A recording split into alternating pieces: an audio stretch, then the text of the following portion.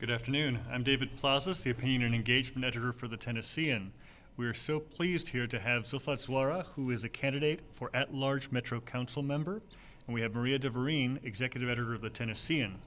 This week, the Tennessean is doing a public service in the community to introduce you to the leading mayoral candidates and also the at-large Metro Council candidates.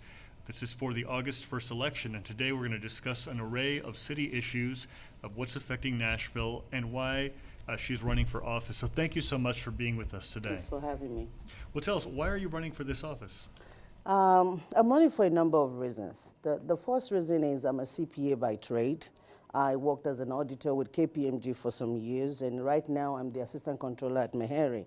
And for about 16 years, I had my own CPA practice. And in that time, I had contract with 4 county government and 2 city government. And so I felt that if there's a way to give back to Nashville, I wanted to use my professional experience to be able to give back. And the conversations for the last couple of, about a year or 2, is about the budget. So I feel as a CPA and somebody who's worked with county governments that I can add meaningfully to that conversation. The other reason is that I'm an MMPS parent and I see the state of our schools and what needs to be done in the schools. So I figured, I'm in tune with what's going on. I have the CPA background, and Nashville has been so good to me. If there's a way to give back to this city that I love so much, let me use my experience and my knowledge to do that. Very good. Some people have said both the mayor and the council should be more involved with the school district, in whether it's the chief, the school district head, or even down into what's happening in the classrooms. Can you talk to us a little bit about the changes you would like to see at the district?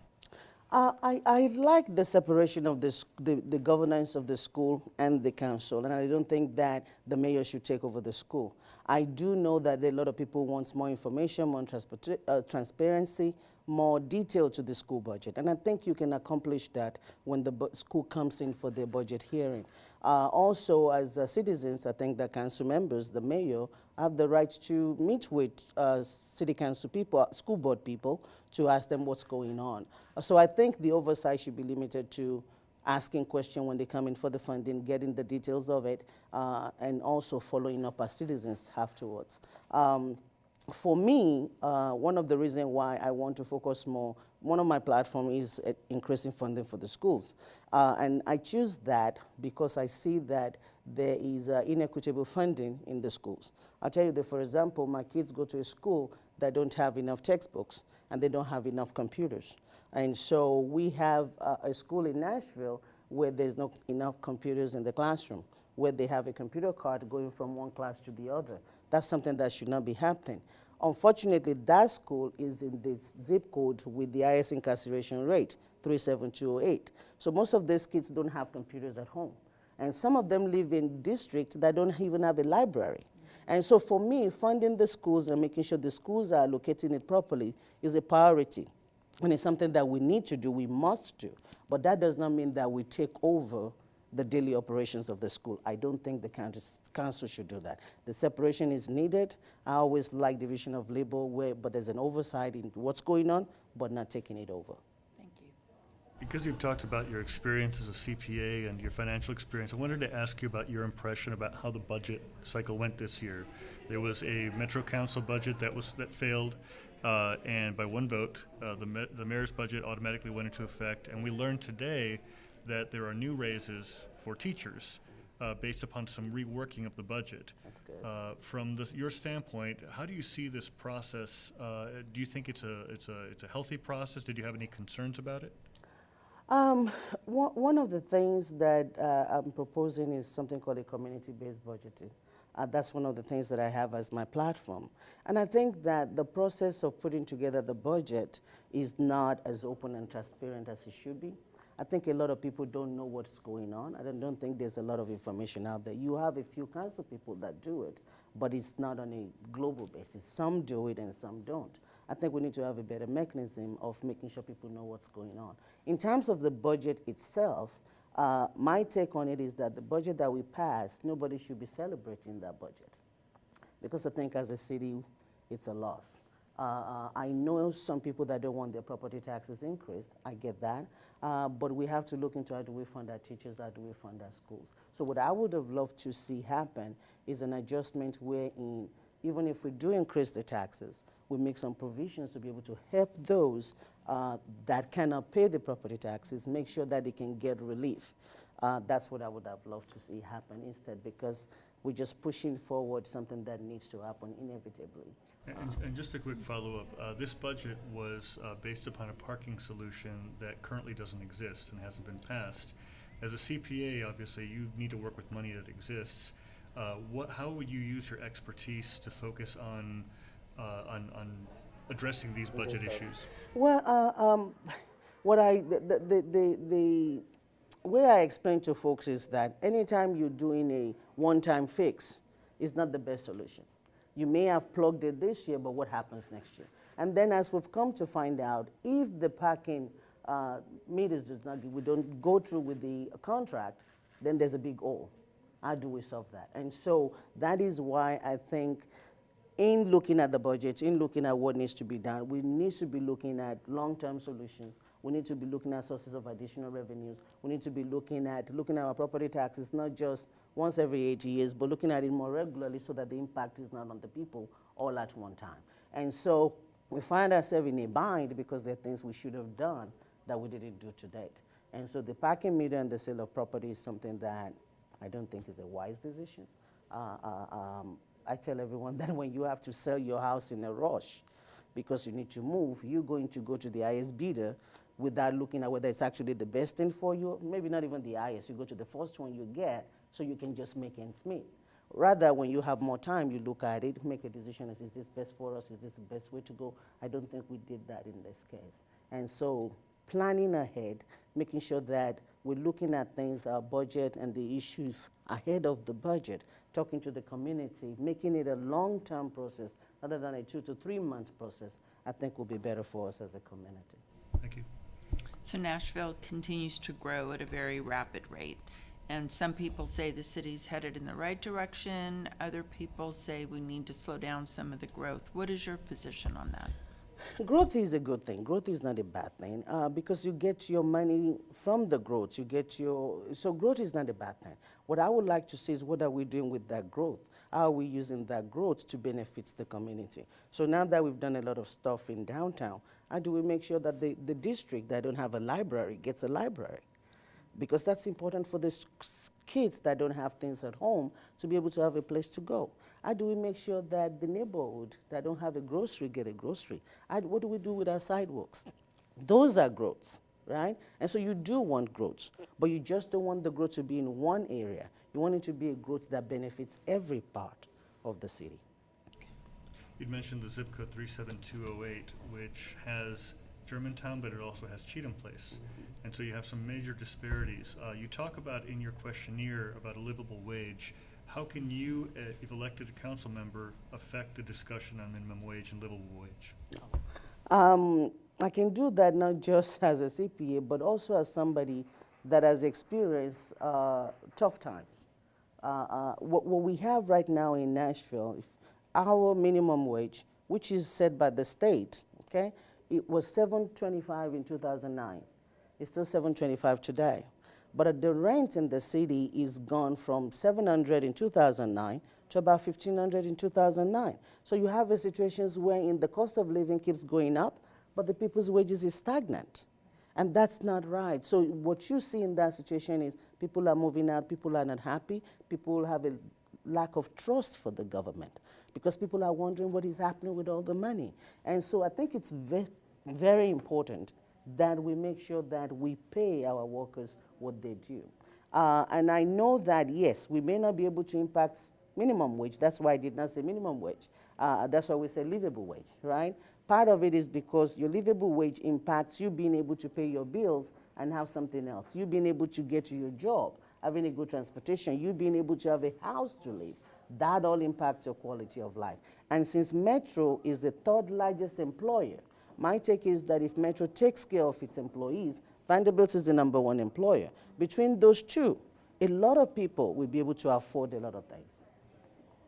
In your questionnaire, you talked a lot about having an equitable city and being able to offer services and opportunities to everyone in the community, both in the suburb areas and also in the downtown core. Can you share some of your thoughts with our viewers? Well, when you're talking about equity, basically you're saying that every citizens have the resources they need to prosper. Whether you're talking about equitable funding in the schools or even just people being able to live, equity is a big word, right? But it has to be intentional. You have to look at what are the needs of each area. What these schools need, it may not be the same as what that school needs. You may have the same school in the same zip code that have different needs. Same thing for our neighborhood. So we cannot just say we're going to just do sidewalks everywhere. Well, what about the ones that already have it? And so that's where equity comes in. What are the basic needs of each neighborhood? What are the basic needs of each schools? So what I was saying is that we cannot be an equitable city if we don't even know what the issues are.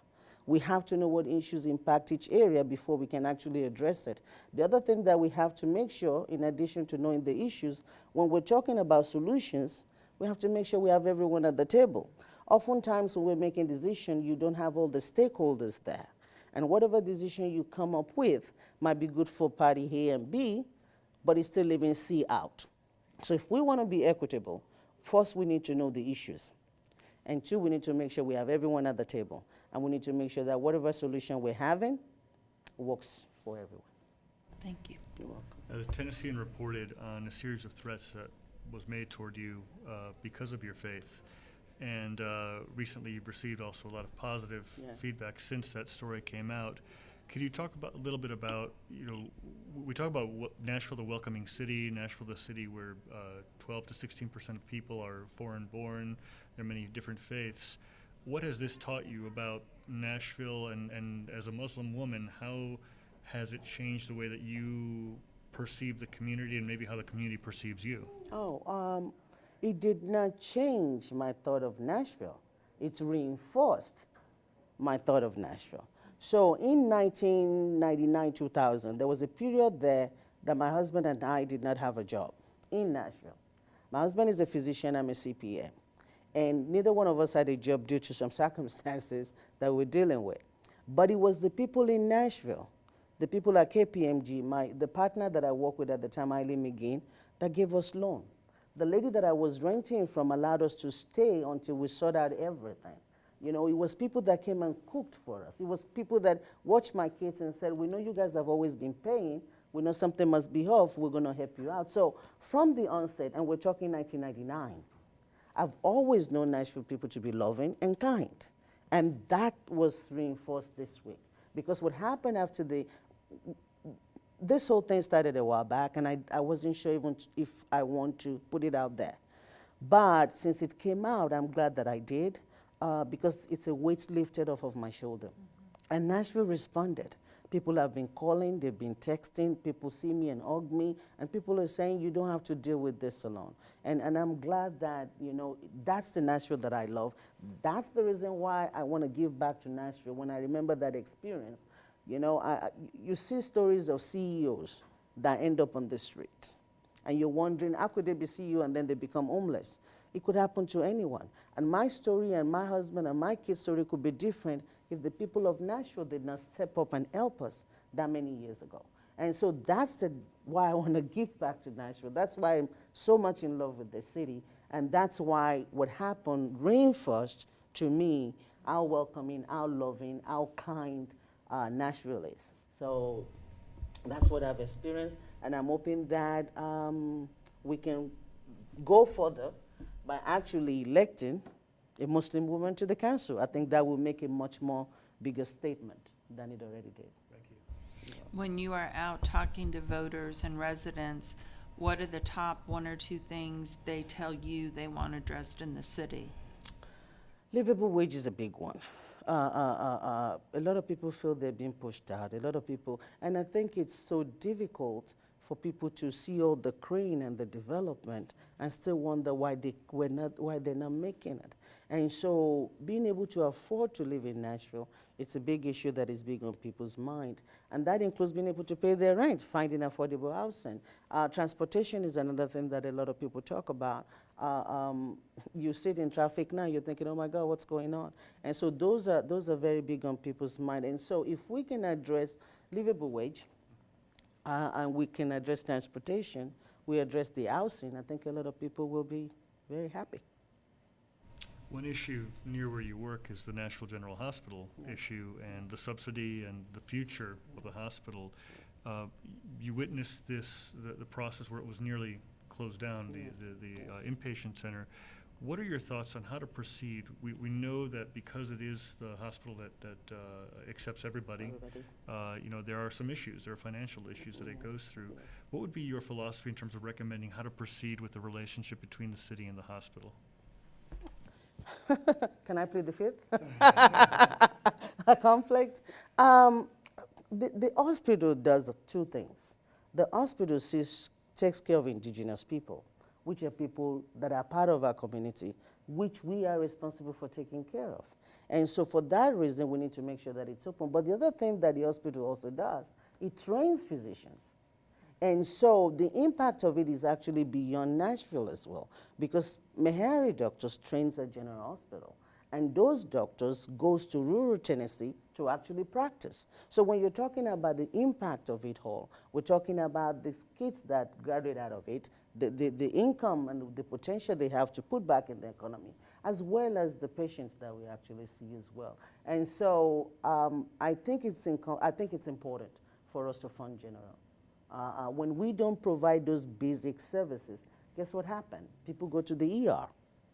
And what's been told is that the cost of seeing a patient in ER instead of just the regular care is actually more.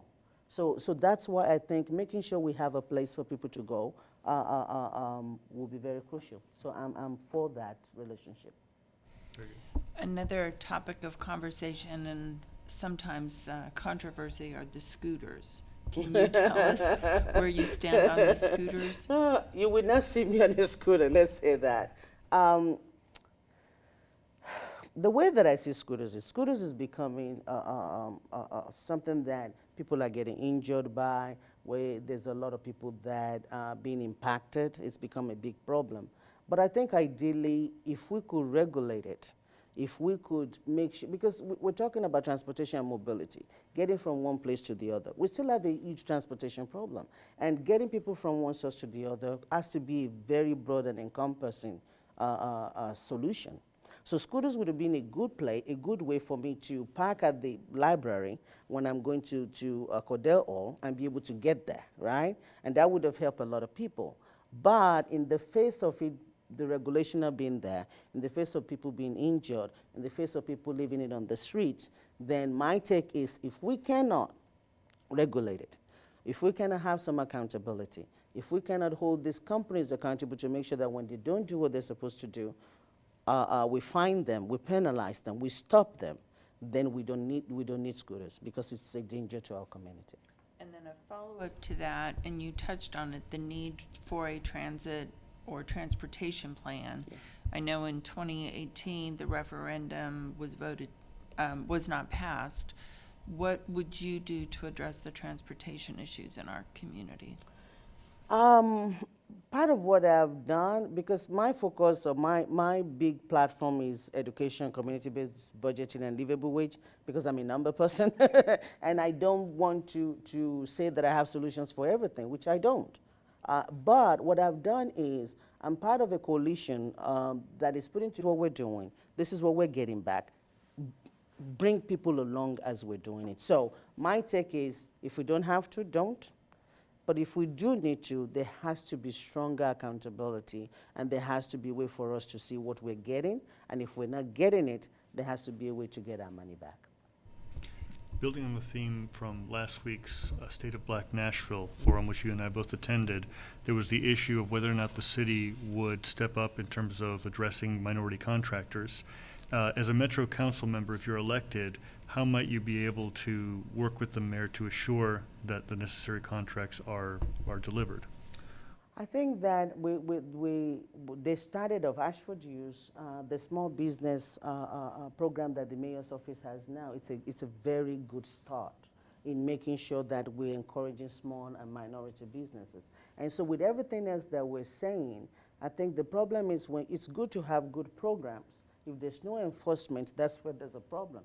And so my role will be to make sure that as we're looking at those contracts, making sure that everybody's complying with them, that it's actually for minority. How many businesses did we give? How many of them are minorities? I think those are questions that we need to look at, have a report from the agency in terms of what exactly did you do and how was it allocated. And so, but I think that was a good move in itself.